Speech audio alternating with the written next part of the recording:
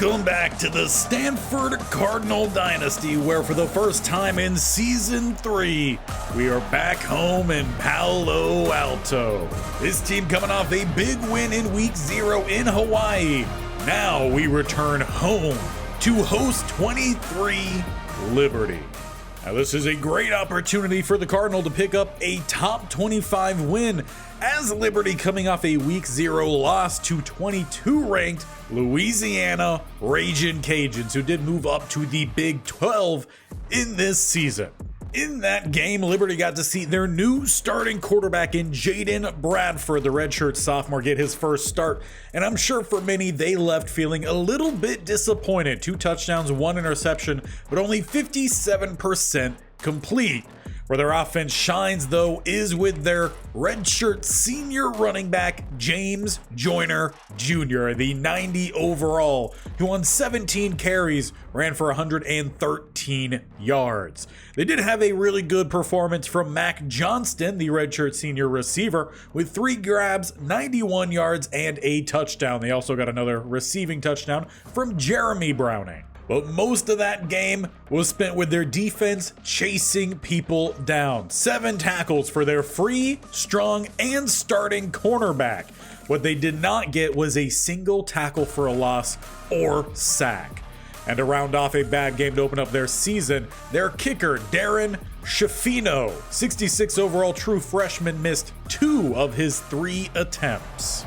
Let's get this home opener underway as Flintoff is back to get us going with a nice big booming kick, sending this one to the goal line. Liberty will look to return it and will get stopped at the 20-yard line. So their offense will head out there. Coach Barrington's defense did show signs of struggle last week against Hawaii, but I expect with a much higher rated opponent, they come ready to play. Starting off with a run, they're trying to get Joyner going early. He is corralled. Roseboom. We didn't get to see really a single play from him in Week 0. There was a lot of expectation that he would step in and be one of these starting linebackers. Rico Cote and Richardson, though, they're going to be your main guys. A lot of linebackers saw some development while others did not. Left a few just outside of the starting lineup as Joyner gets the grab on the halfback wheel. They go his way every single play to start so far. With a 1st and 10, they get by the 35. Going right back to him, Rico Cote meets him in the gap. Now, when talking to Coach Barrington throughout this week, really where he wanted to challenge his defense was with the front 7. Make some more plays in the backfield as they were limited last week. As we talked about Liberty's stats from that first game, they're probably in that same boat. 3rd and 4, first down. Tight play there. Stanford didn't quite make too many of those last week. First one goes to Liberty. As they hand it off to the backup running back, he will pick up 2. Sumlin and Richardson meet him. 2nd and 8. They'll look to go back to Joyner, who will pick up about 3.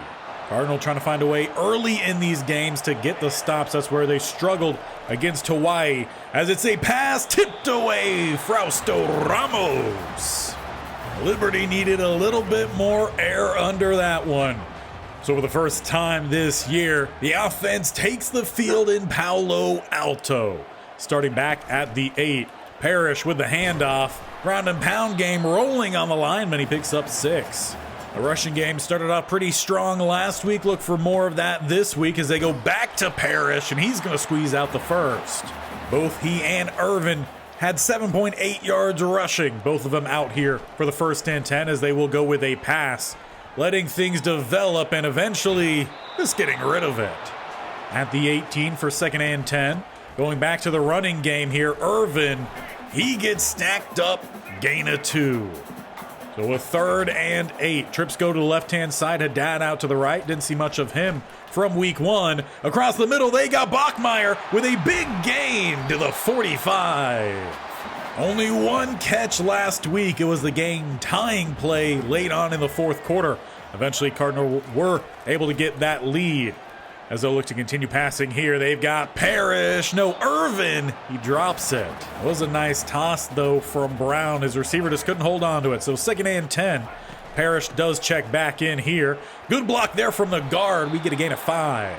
As we approach the 30-second mark here of the first quarter, we've got a 3rd and 5. Hard count. We get someone to jump. They don't throw the flag. We're going to get Bachmeier here either way to get that first down, as Kiki Dingley injured here for Liberty. Hopefully that one doesn't end up being a big injury and he's able to work his way back in. With a 1st and 10, we're inside the 40. Looking for a passing play. Brown steps up, shakes one, and picks up about 4 or 5, though another Liberty lineman shaken up here. This one, Gregory. We'll see how much that ends up impacting the Liberty line here. As Brown setting up a 2nd and 5, they go with the run right, attacking that weakened group. Parrish just walks down to the 20. Now rushing attack already starting off pretty strong here for the Cardinal, as they got time for one more play this quarter, as they will look to throw. Or Brown will look to actually run it, and the ball pops out, but recovered by the offensive lineman. A impactful way there to end the first quarter. Getting that first down, nearly coughing up the ball. We'll continue on here at the 10 with a 1st and 10. And we hand it back off. Parrish down the middle. We'll pick up a few. Now with that, they do update the score tracker here with a 2nd and goal, not 10, or at this point 8. As they give it to Haddad, and he jukes to the side, but he gets corralled. There is a flag down. Looks like either way, this will be a loss of yardage. Stanford's top guard there, and Baklenko called with that holding. Brings up 2nd and goal, now back at the 18. A bunch go to the left-hand side here. Brown, he's got a couple options, not enough time to throw. He takes 3, if not 4 hits on that play. Every member of the defensive line got to Brown. Not 2 good plays there from the offensive line, that's for sure. Looking for a shot down the field then, and caught by Buck. Back shoulder, fade to the tight end. With a 3rd and goal, about 18 yards away. Stanford strikes in Palo Alto. A pretty clean drive to begin with for the Cardinal, though it did end a little sloppily. Luckily for them, it all ends up good either way. With a 7-0 lead here, it is the Liberty Flames taking the field, and Joyner getting upended. Quick stop down the middle is Richardson, the linebacker. No gain on the play, as they'll look to go with a pass here. Here comes Tafiti tracking down Bradford. It's going to be a loss of 2. And already for Tafiti, I believe that puts him higher in total sacks this year than all of last year. Again, thanks to that file corruption. Did throw off what was a really good start, but a 3rd and 12 conversion for Liberty. Cardinal caught there in the double bracket man coverage, though that player not double covered. And what a play from Ume. He got back to the quarterback before the running back could even take the handoff. Goes as a loss of 4. They go right back to Joyner, who spins off of one. Howerton there to clean it up. And we're quickly back to another opportunity for the Cardinal defense to get off the field. 3rd and 8. They go trips to the right-hand side, leaving one to the left. Setting up a stop underneath. Rico Coates all over it. 4th and 1. That will be a punt for Liberty. So the Cardinal take over. 3:26 left here in the half. As Parrish, he'll take the handoff down the middle and pick up a gain of 9. Both teams taking their times with their drives, that's for sure. Haven't had too much happening so far.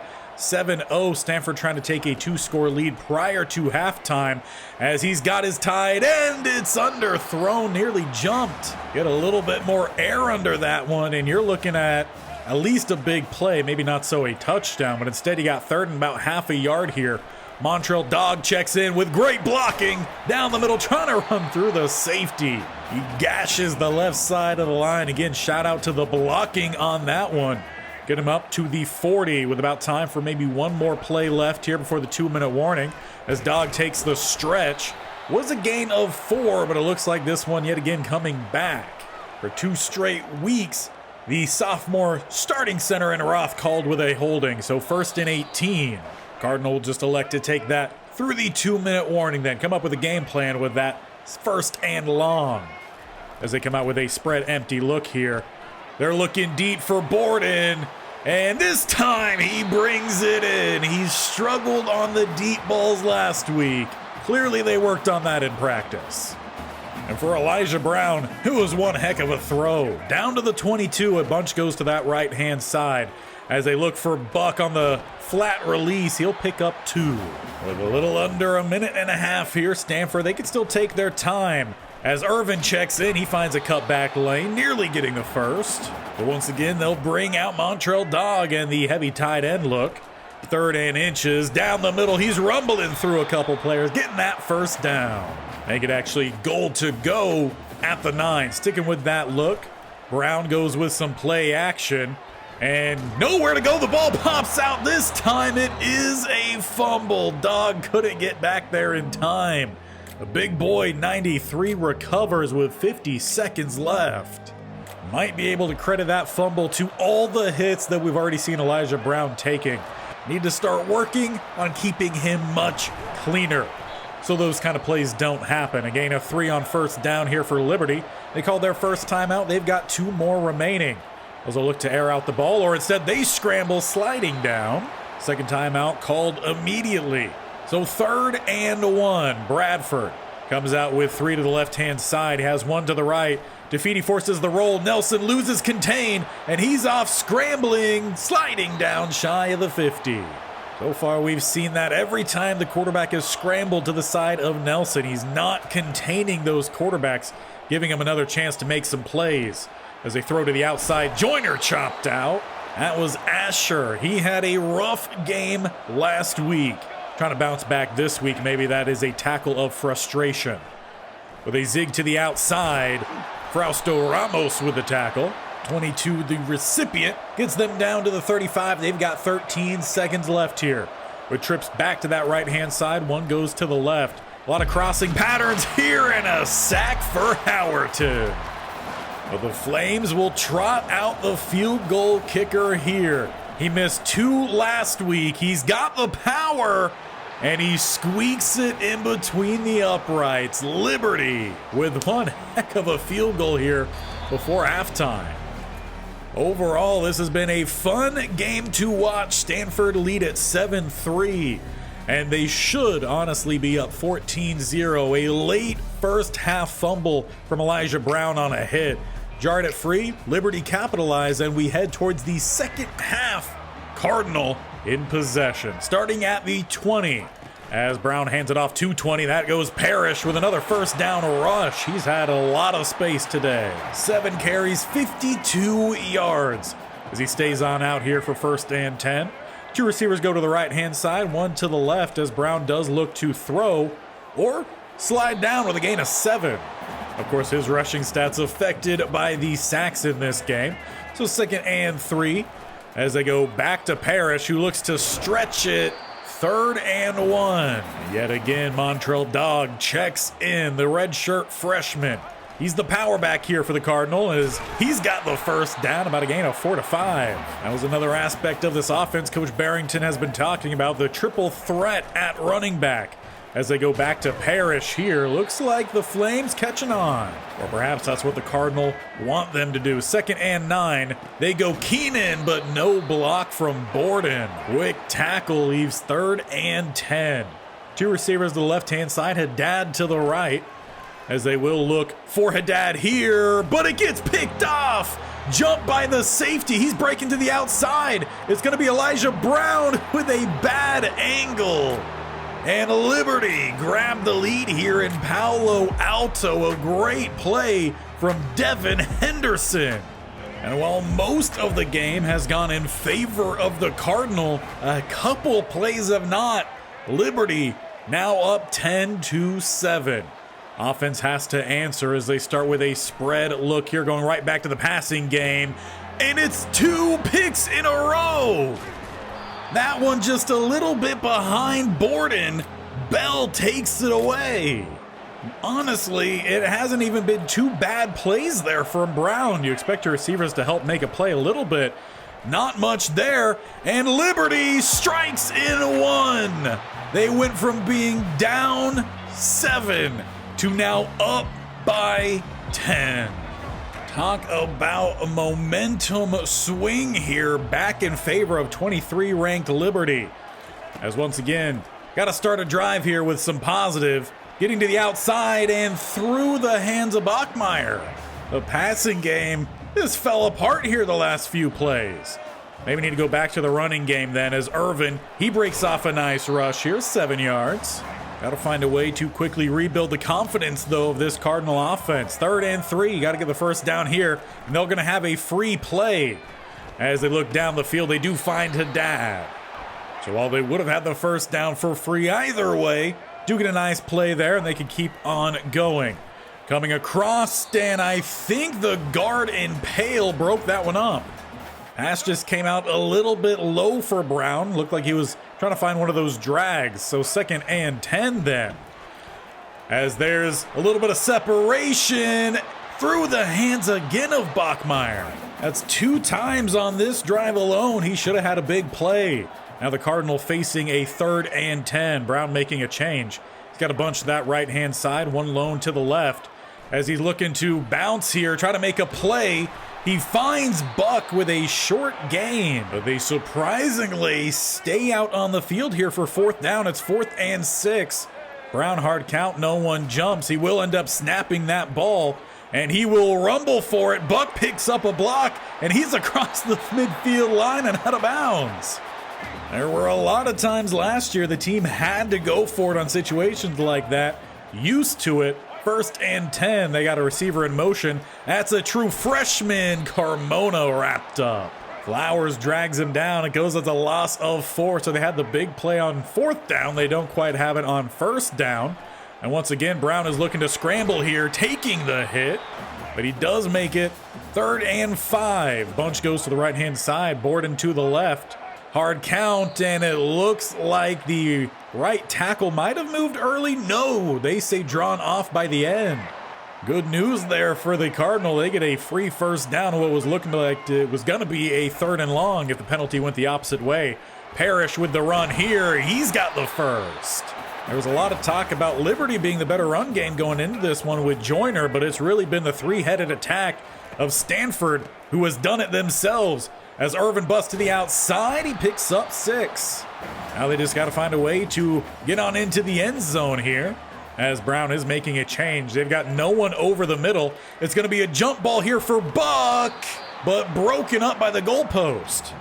Maybe if they threw that a little bit earlier, they might have had something there. Instead, a 3rd and 4. Hard count again. DT moves first. That'll be another first down here. While Liberty may be the higher-ranked team, they are making more of the mental errors.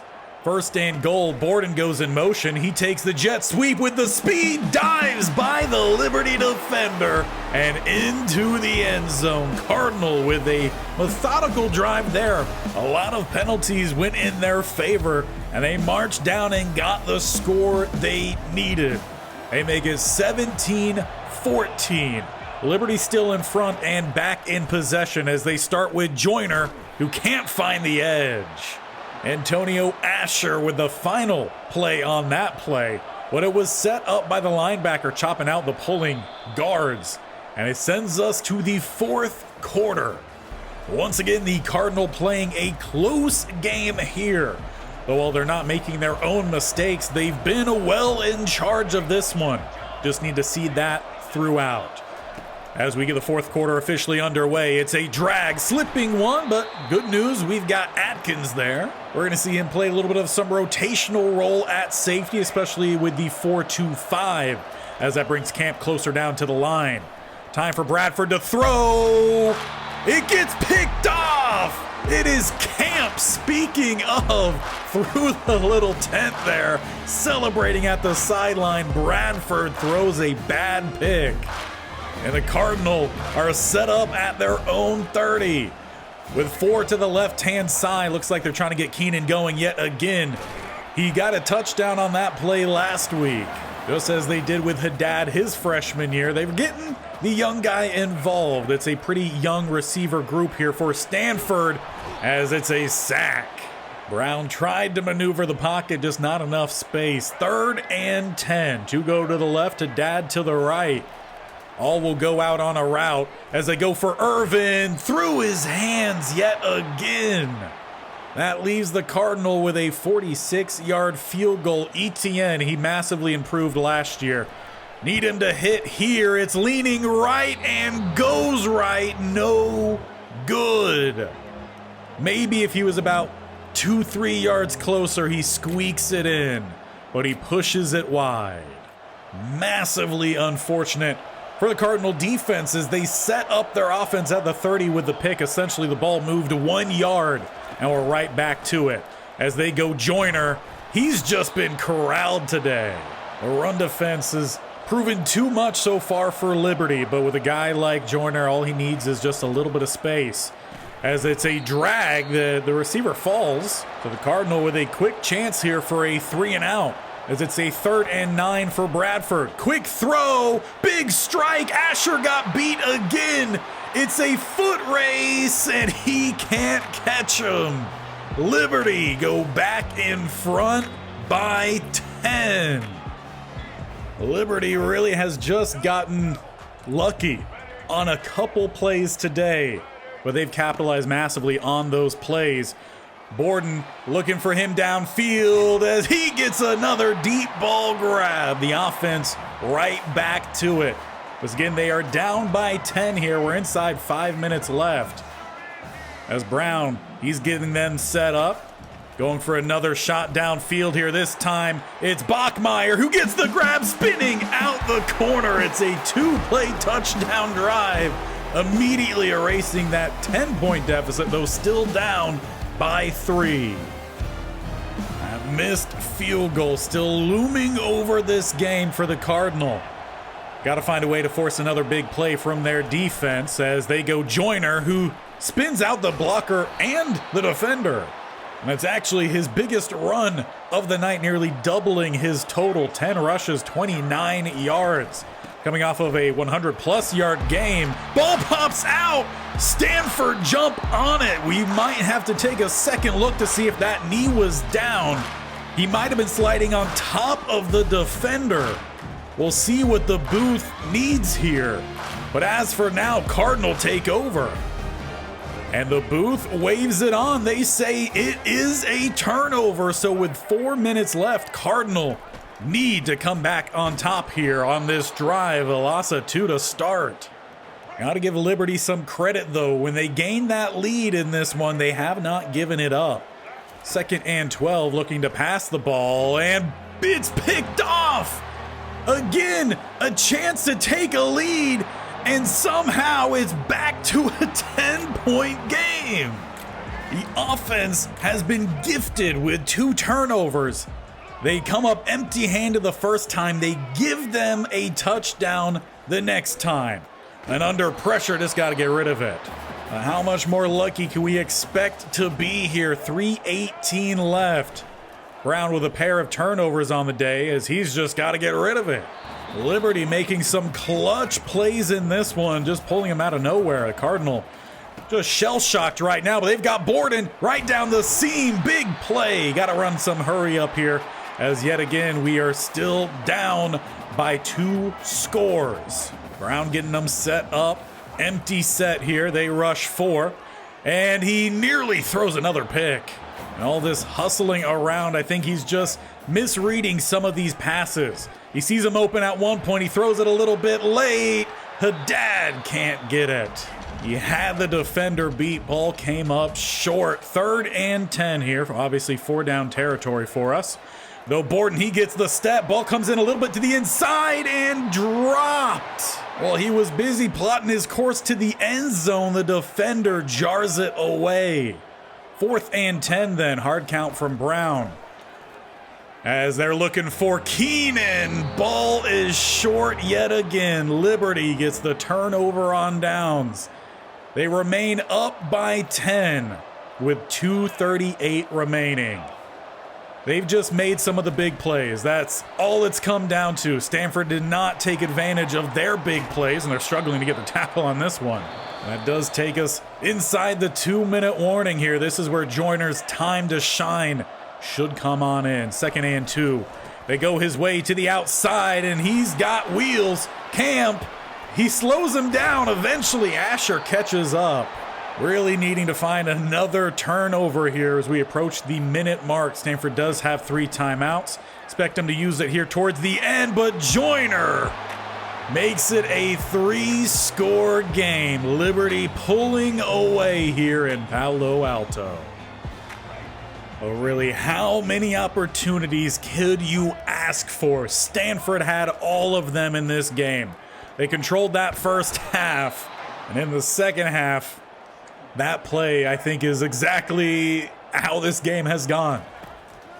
Just slipping away here for the Cardinal as it's yet another sack. Liberty has not played consistent at all throughout this game, but they've made some big plays. They've gotten a little bit lucky, I'll say that for sure. As it's out here for Haddad, it's broken up. With 4th and 18, they will keep the unit out there. Brown has got to find a first down here.